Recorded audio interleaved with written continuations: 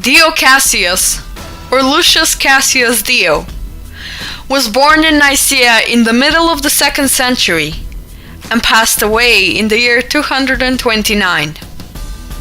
He was a notable Roman historian. His most popular work is Roman History, published in 80 books. Some of these are almost completely preserved, but some only partially.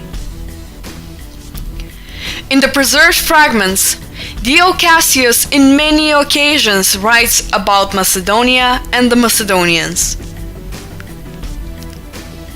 In the 17th book, he describes the military actions between Macedonia and Rome during the time of the Macedonian king Philip V, who lived in the 3rd and 2nd century BC.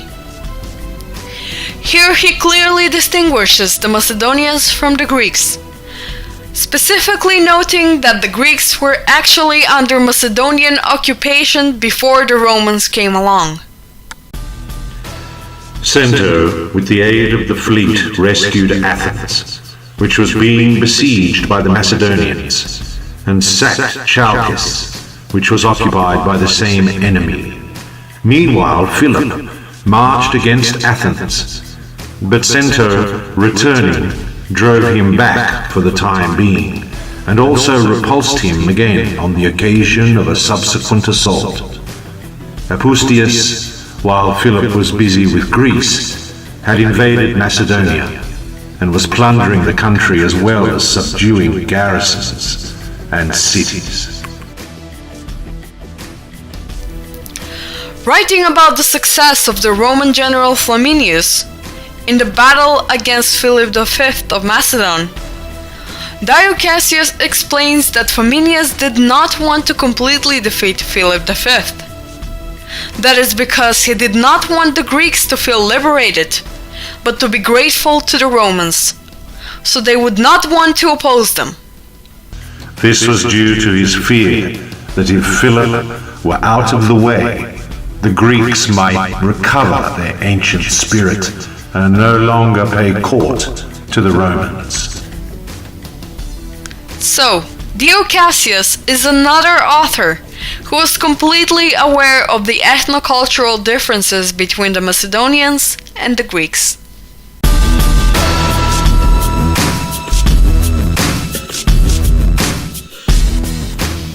Ephorus was an ancient historian who lived around the 4th century BC. He originated from Asia Minor, and little is known about his life. He studied under Isocrates, and under his influence he dedicated himself to writing history. His most famous work contained 29 books that are not fully preserved in their original form, but we are aware of them from their remaining pieces given by other authors. One of them was Strabo. Quoting Ephorus, who described the borders of the Greek world at the time, he writes, Ephorus says that if one begins with the western parts, Acarnania is the beginning of Greece. For, he adds, Acarnania is the first to border on the tribes of the Epirotes. But just as Ephorus, using the seacoast as his measuring line, begins with Acarnania, for he decides in favor of the sea as a kind of guide in his description of places, because otherwise he might have represented parts that border on the land of the Macedonians and the Thessalians as the beginning. So it is proper that I too, following the natural character of the regions, should make the sea my counselor. Furthermore, thus Greece consists of two very large bodies of land, the part inside the isthmus and the part outside, which extends through Pele as far as the outlet of the Peneus. This latter is the Thessalian part of Greece. Here too we can clearly see how the borders of the Greek territories are described, Therefore, no further commenting is needed. We can see that neither Ephorus treated the Macedonians as Greeks.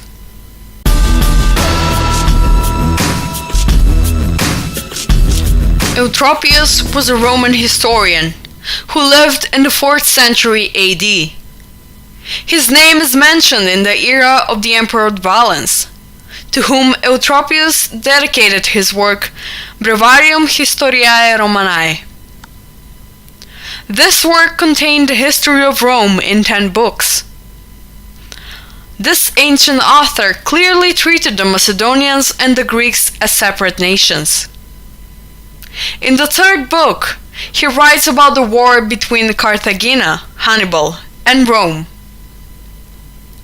He mentions the Macedonian king Philip V, who offered an alliance to Hannibal against the Romans, and in return, he asked for help against the rebelling Greeks. Here we read, About this time also, Philip, king of Macedonia, sent ambassadors to Hannibal, offering him assistance against the Romans, on conditions that, when he had subdued them, he, in turn, should receive assistance from Hannibal against the Greeks. It is clear that Philip V considered the Greeks a different nation from his own, the Macedonians. Actually, a great deal of the Greek territories were conquered by the Macedonians at the time. With this testimony, Eutropius too is included in the list of ancient authors who considered the ancient Macedonians and the ancient Greeks as two separate nations.